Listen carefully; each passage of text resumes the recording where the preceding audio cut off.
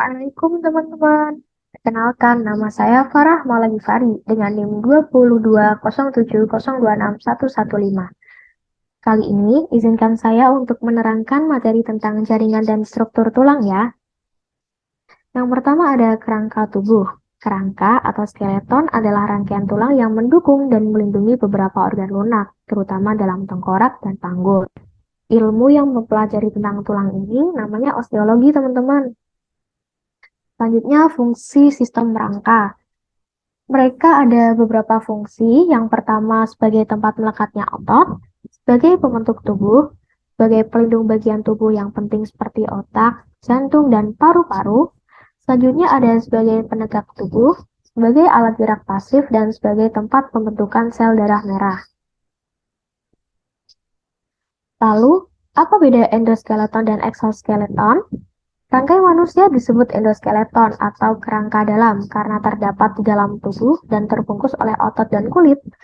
Sedangkan eksoskeleton terdapat pada beberapa jenis arthropoda, misalnya belalang, kepiting, dan udang, karena kerangkanya ini berada di luar. Selanjutnya ada alat gerak aktif dan alat gerak pasif. Alat gerak aktif adalah alat gerak yang mempunyai daya kontraksi menggerakkan tulang, contohnya otot. Sedangkan alat gerak pasif adalah alat gerak tubuh yang termasuk dalam kelompok sistem pergerakan ini tidak bisa bergerak sendiri tanpa bantuan organ gerak lain, contohnya adalah tulang. Selanjutnya, berapa sih jumlah tulang dalam tubuh manusia ini? Ternyata, saat bayi, manusia memiliki tulang 270 sampai 350 buah. Namun, setelah dewasa, tinggal 206 buah aja. Kenapa bisa begini? Hal ini terjadi karena beberapa tulang yang tadinya terpisah saat masih bayi bergabung menjadi satu saat telah dewasa. Selanjutnya ada kelompok besar tulang yang dibagi menjadi dua. Yang pertama, bagian poros tubuh aksial. Yang kedua, bagian alat gerak apendikular. Bagian poros tubuh atau aksial terdiri dari tulang tengkorak, tulang dada, tulang rusuk, dan tulang belakang. Terdiri atas 80 tulang pada manusia dewasa umumnya. Sedangkan bagian alat gerak terdiri atas anggota gerak atas dan anggota gerak bawah. Umumnya terdiri atas 126 tulang pada manusia dewasa. Jika di total ada 206 tulang ya teman-teman. Lalu 206 tulang itu terdiri dari apa aja sih? 206 tulang itu terdiri dari 8 buah tulang kepala, 14 buah tulang wajah, 6 buah tulang telinga dalam, 64 buah tulang anggota gerak atas, 25 tulang dada, 1 buah tulang tenggorokan, 26 buah tulang belakang dan gelang panggul, dan 62 buah tulang anggota gerak bawah. Dalam tubuh kita ini ada organ vital loh teman-teman yang berfungsi untuk melindungi organ lunak. Yang pertama ada tulang tengkorak. Fungsinya untuk melindungi otak, mata, telinga bagian tengah dan dalam. Selanjutnya ada tulang belakang, melindungi sumsum tulang belakang, tulang rusuk, tulang belakang, dan tulang dada melindungi paru-paru dan jantung. Lalu ada tulang belikat dan tulang selangka. Mereka berfungsi sebagai pelindung bahu. Kemudian ada tulang tempurung lutut dan tulang hesta, yaitu mereka berfungsi melindungi lutut dan siku. Lalu tulang belakang berfungsi melindungi sistem ekskresi, sistem pencernaan, dan pinggul. Selanjutnya tulang pergelangan tangan dan pergelangan kaki, melindungi pergelangan tangan dan pergelangan kaki.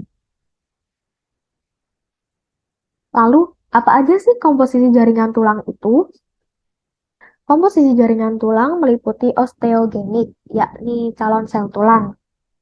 Lalu osteoblast atau sel tulang keras muda, osteosit, sel tulang matang, dan osteoklas menghancurkan matriks tulang terkait dengan pertumbuhan dan perbaikan tulang. Lalu ada 3 jenis tulang penyusun rangka. Yang pertama, tulang rawan atau kartilago. Yang kedua, tulang keras. Dan yang ketiga, tulang pengikat sendi atau ligamen. Apa sih perbedaan tulang rawan dan tulang keras? Perbedaan tulang rawan dan tulang keras adalah tulang rawan banyak mengandung zat perekat dan sedikit zat kapur sehingga bersifat lentur. Contohnya tulang pada bayi dan anak kecil. Untuk orang dewasa berada pada ujung tulang rusuk, laring, trakea, bronkus, hidung, dan telinga. Sedangkan tulang keras adalah tulang yang banyak mengandung zat kapur atau kalsium karbonat dan kalsium fosfat, serta sedikit zat perekat. Memiliki saluran Hebers yang berisi pembuluh darah dan berfungsi memelihara kehidupan sel-sel tulang. Contohnya terdapat pada tulang paha, lengan, tis, dan selangkah. Lalu ada kartilago atau tulang rawan. Yang pertama ada tulang rawan hialin, bersifat lentur, serta terdiri atas sel-sel rawan yang dapat menghasilkan matriks berupa kondrin atau campuran protein dan polisakarida. Pada orang dewasa, tulang rawan hanya terdapat pada beberapa tempat, misalnya daun telinga, hidung, antara tulang rusuk dan tulang dada, sendi-sendi tulang, dan antar ruas tulang belakang. Yang kedua ada tulang rawan elastis, dengan ciri-ciri bila ditekan atau dibengkokkan terasa lentur dan cepat kembali ke bentuk semula. Yang kedua, bentuk serat-seratnya elastik dan bergelombang. Ini biasa terdapat pada daun telinga. Sedangkan tulang rawan fibrosa, matriksnya mengandung selaput kolagen kasar dan tidak teratur, tidak pernah berdiri sendiri, tetapi secara berangsur menyatu dengan tulang rawan hialin atau jaringan ikat fibrosa yang berdekatan. Contohnya adalah tulang panggul dan tulang tempurung lutut. Yang kedua ada tulang keras. Tulang keras atau biasa disebut juga dengan tulang sejati merupakan alat gerak pasif, artinya alat gerak yang dapat bergerak jika digerakkan oleh otot. Nah, tulang keras ini dibagi menjadi dua, teman-teman. Yang pertama ada tulang kompak, yang kedua tulang spons. Tulang kompak adalah tulang yang matriksnya tersusun rapat dan padat yang mengandung zat kapur dan fosfor. Pada bagian tengah tulang kompak, contohnya tulang pipa, pada bagian tengahnya terdapat saluran pembuluh darah, pembuluh limfe dan saraf yang dikelilingi oleh sel tulang. Lalu tulang spons. Tulang spons adalah tulang yang matriksnya berongga dan tersusun oleh anyaman trabeculae atau mirip dengan pecahan genting yang pipih dan mengandung serat kolagen. Rongga yang terdapat pada tulang spons diisi oleh jaringan sumsum tulang. Lalu ada tulang pengikat sendi atau ligamen, merupakan jaringan pengikat yang sifatnya tetap, lentur, atau elastis. Berfungsi menghubungkan dua atau beberapa tulang yang dapat bergerak dan membentuk suatu sendi dan melindungi sendi tersebut. Hubungan antar tulang disebut artikulasi atau persendian. Lalu kita masuk pada persendian. Persendian itu ada tiga. Yang pertama sinartrosis, yang kedua amfiartrosis, yang ketiga diartrosis. Sinartrosis atau yang biasa disebut dengan sendi mati adalah persendian yang tidak dapat digerakkan atau misalnya hubungan antar tulang kepala. Yang kedua ada amfiartrosis dengan persendian yang menggerakkan dengan gerakan yang sangat terbatas. Contohnya hubungan antar tulang rusuk dan tulang belakang. Yang ketiga ada diartrosis, yakni sendi gerak. Sendi ini yang paling bebas gerakannya. Apa aja sih macam-macamnya sendi gerak? Yang pertama ada sendi peluru, sendi engsel, sendi putar, sendi pelana, dan sendi luncur. Sedangkan menurut bentuknya, tulang dibagi menjadi 4 bagian. Yang pertama ossa longa atau tulang panjang atau tulang pipa. Yang kedua ada ossa brevia atau tulang pendek. Yang ketiga ada ossa plana atau tulang pipih. Yang keempat ada ossa irregular atau tulang tak beraturan. Ossa longa atau yang biasa disebut dengan tulang pipa adalah tulang yang berbentuk tabung, berongga, dan memanjang. Contohnya lengan atas, tulang hasta, tulang pengumpil, tulang telapak tangan, tulang ruas jari tangan, tulang selangka, tulang paha, tulang kering, tulang betis, tulang telapak kaki, dan tulang ruas jari kaki. Yang kedua ada tulang pendek. Tulang ini berbentuk seperti kubus atau bulat. Tulang pendek berisi sumsum merah yang berfungsi sebagai tempat pembentukan sel darah merah dan sel darah putih. Contohnya berada di tulang pergelangan tangan, tulang pergelangan kaki, tulang tempurung lutut, dan ruas-ruas tulang belakang. Yang ketiga ada ossa plana atau tulang pipih. Tulang yang berbentuk lempengan pipih dan lebar. Contohnya terdapat pada tulang-tulang penyusun tengkorak dan wajah, tulang dada, tulang rusuk, dan tulang belikat. Dan yang keempat ada ossa irregular atau tulang tak beraturan. Tulang ini tidak beraturan dan merupakan gabungan dari berbagai bentuk tulang. Contohnya terdapat pada tulang rahang dan ruas-ruas tulang belakang. Selanjutnya ada susunan kerangka. Ada 3 nih teman-teman. Yang pertama, tulang tengkorak. Yang kedua, tulang badan. Dan yang ketiga, tulang anggota gerak. Tulang tengkorak ada satu tulang yang membentuk tengkorak otak. Terdiri dari satu tulang dahi, 2 tulang ubun-ubun, 1 tulang kepala belakang, 2 tulang pelipis, dan 2 tulang baji.